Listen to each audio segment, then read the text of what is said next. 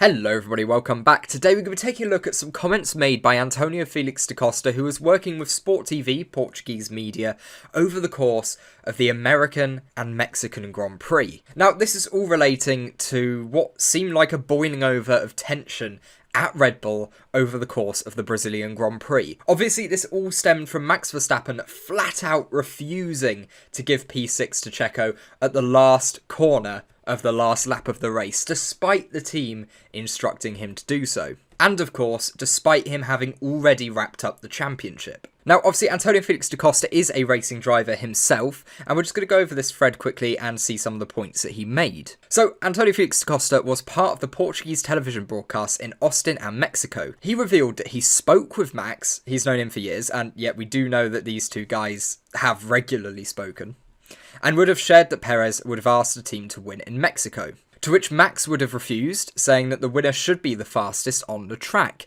that there would be no gifts. And actually on this part, I can imagine Max saying that. I think we can all imagine Max that being a hill he'd like to die on. Checo would not have taken this argument well, and after the race in Mexico, the relationship between the teammates would have broken down. This coincides with the times when Sergio unfollowed Max and some of his team on the networks, and actually this was something that I saw a little bit earlier in the week on Twitter. Sergio Perez has unfollowed quite a few members of the Red Bull team, and of course Max himself on Instagram. And even then, this was all before the controversy in Brazil. Supposedly, that conversation between Da Costa and Max happened and could be one of the reasons for the increased attrition.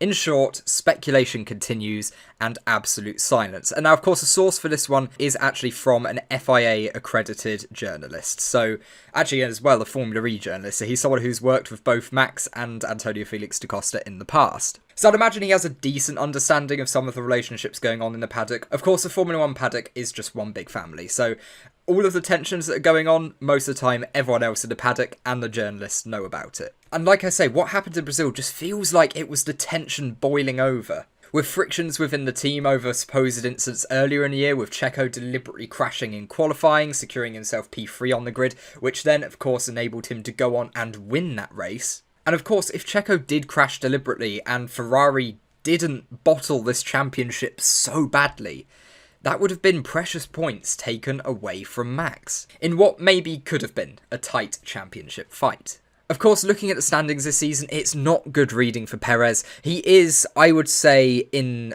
almost undisputedly the quickest race car on the grid. Ferrari, I do think, over the course of the season, and the stats will probably back this up, have had the edge in qualifying. This is something that I said probably would happen in pre-season.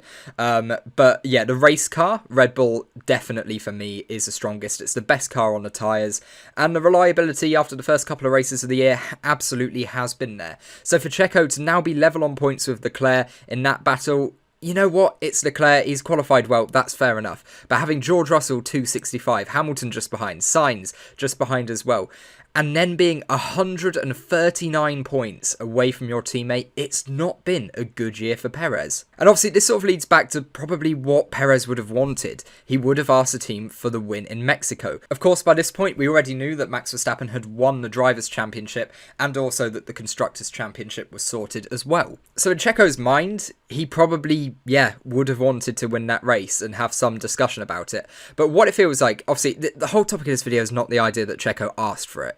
It's more relating to Max Verstappen's comments on the radio when he says, "We've talked about this, you know my position, it's not going to change." And it does seem like in Mexico, when they were discussing the possibility of this happening, Max absolutely took a stand. So then for him to be asked by the team to give up a position, he's made it very clear he believes that whoever's fastest on the track should get the position. And you can argue if that's maybe slightly hypocritical because obviously, Checo has helped him towards both these titles, sometimes being on worse strategies to help him achieve it, so thus throwing away his race for the benefit of Max. So yeah, there is some debate there, but honestly, I mean, for Max, that's a fair hill to die on. I wouldn't go as far as disagreeing with the sentiment that he's making there. And again, I think the next point here, Checo would not have taken this argument well, and the race in Mexico, the relationship between the teammates would have broken down. That's probably completely fair. Because ultimately for Checo, he's the home hero. The vast majority of fans are there to watch him. In their lifetimes, they have not had a Mexican winner in the Mexican Grand Prix. So it's something that the fans would have absolutely loved, and of course, Checo would have loved it as well. Obviously, the race didn't pan out that way at all. And I can see why some friction would start to bear out from this. So again, it all does check out. Or I'd say everything made here does check out. It's all quite logical. Of course, supposedly coming from Antonio Felix Da Costa, FIA accredited journalists. I think we can fairly safely say this is where the friction in Red Bull is coming from. And if it isn't exactly this, then we do know what the main cause is. Max Verstappen doesn't believe in giving up his place to his teammate. That's a fundamental position he's taken. And you know what? I'm not sure it's the best one for his prospects long term, but thankfully he's a quick enough driver where I don't think it's going to come back to bite him too hard.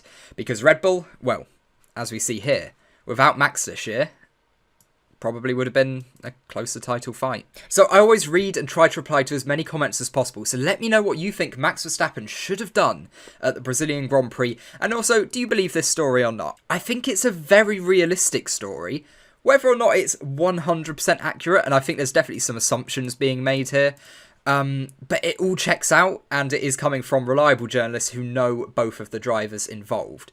So I'm going to hold out and say it's definitely a very realistic timeline, but we don't have 100% clarification or confirmation or evidence of any sort to prove it. And if you enjoyed this video and want to see more F1 analysis in the future going forwards, as well as F1 shorts that we're trying now, I'm experimenting with different kinds of shorts to see what works well. So again, if you've got any suggestions there, let me know down in the comments. It really helps out. Ultimately, I want to be making content that you enjoy. So let me know what you like, what you're going to stick around for, and I'll make it. But guys, as ever, until next time, goodbye.